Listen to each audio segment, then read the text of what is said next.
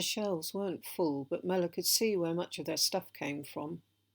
How it all got there was beyond her, but at least it meant they were eating. She and Rich followed Deb as she passed things back. There would be no running on the return journey. Here, it'll be easier if you have that strap across your shoulder. Rich lifted the soft fabric over her shoulder so that it sat across her body. He was right. The weight sat onto her hips. I think she has as much as she can carry, Deb. She's only 8. Mella tried to remember whether she'd missed her birthday. Probably. Deb turned and glowered at them both, an evil look in the half-light. Mella shivered. I suppose you're right. We should have bought the cart. Go and sit, kid, or that bag will be too heavy before we get any distance. Mella walked slowly back to the seats near the entrance and chose the least grubby. She didn't remove the bag, but let it sit behind her. The woman was writing, head down, focused. Her pen scratched. She coughed from time to time, patting her chest. She had bony hands with lumpy veins like Granny had before she died. Her breath clouded the dank air. It might have been smoke. The woman looked up and glared at Mella. Her eyes were red, with many wrinkles at their edges. Where are you from, Sprat? A farm. A farm? What happened to your family? I don't know. I think my mum is dead. Mella could feel a sucking well of loss pulling at her. She pinched herself hard and took some deep breaths. No way was she going to talk to the woman about this stuff. Oh. The woman went back to writing. Scratch, scratch, scratch.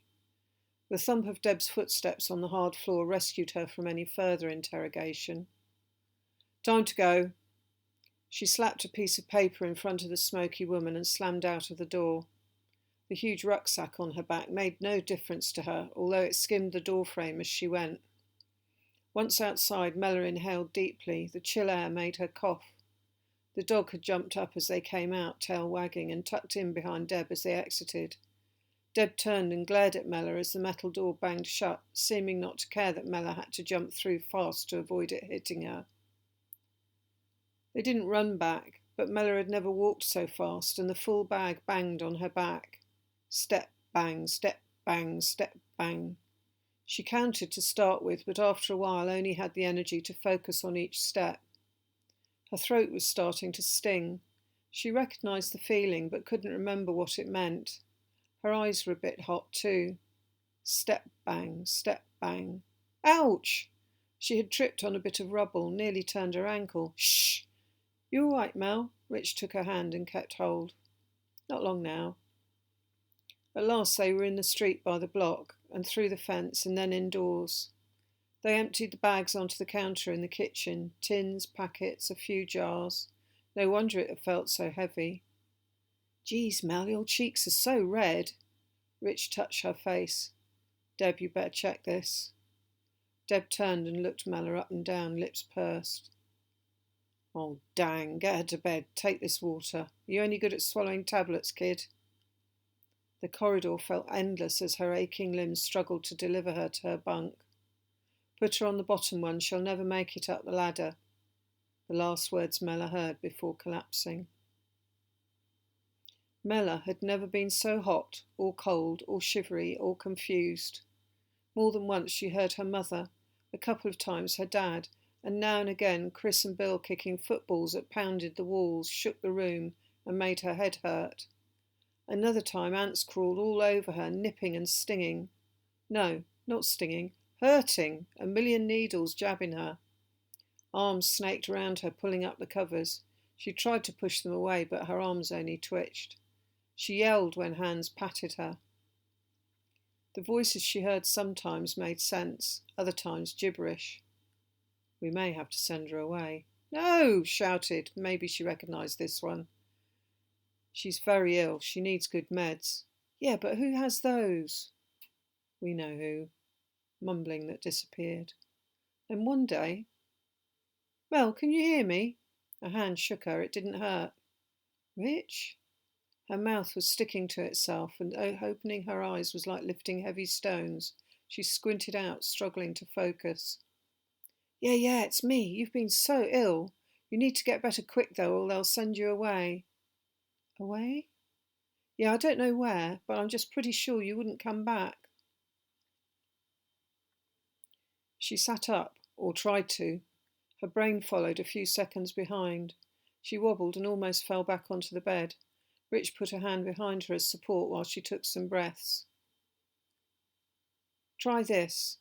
She flinched as he gently pushed a straw between her lips. She sucked. The liquid was cool, sweet, fruity. She reached back into her fuzzy memory. Blackcurrants, that was it. She sipped some more, felt it trickle down her throat. Perfect.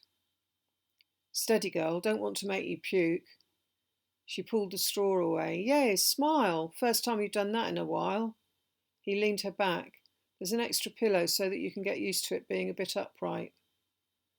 She opened her eyes again, slow, but the dim light in the room wasn't the shock she was expecting, so she opened them some more. She frowned as she saw Deb standing behind him. Good. Juice and soups for the time being, not water unless you boil and cool it first.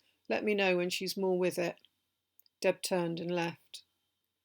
Rich was pulling faces while she spoke. Mella nearly laughed, but it set her coughing. He gave her more juice. See you in a bit, Mel. I have to check on the others. She fell asleep, wondering what he meant. She woke again with a dry mouth but no aches. She stretched, first legs, then arms, and opened her eyes again. It was dark and quiet, dead of night quiet. Steady breathing, an occasional snuffle. Not the time to wake up then. She let herself doze back off. Next time she woke, the kids in the room were on the move. It must be getting up time. Do you think you can walk? Rich again. Put these on, I'll help. She couldn't have got dressed without him. How come she was so weak? She took his outstretched hands and hauled herself up, leaning into him when she was vertical. Holding on to Rich's arm, she walked with him to the eating area. Well, her version of walking, more like shuffle slides. She could barely lift her feet from the floor, and when she reached a chair, she more fell than sat. Try this. Deb placed a bowl of unpromising brown liquid in front of her. Have a taste, you need to get strong again.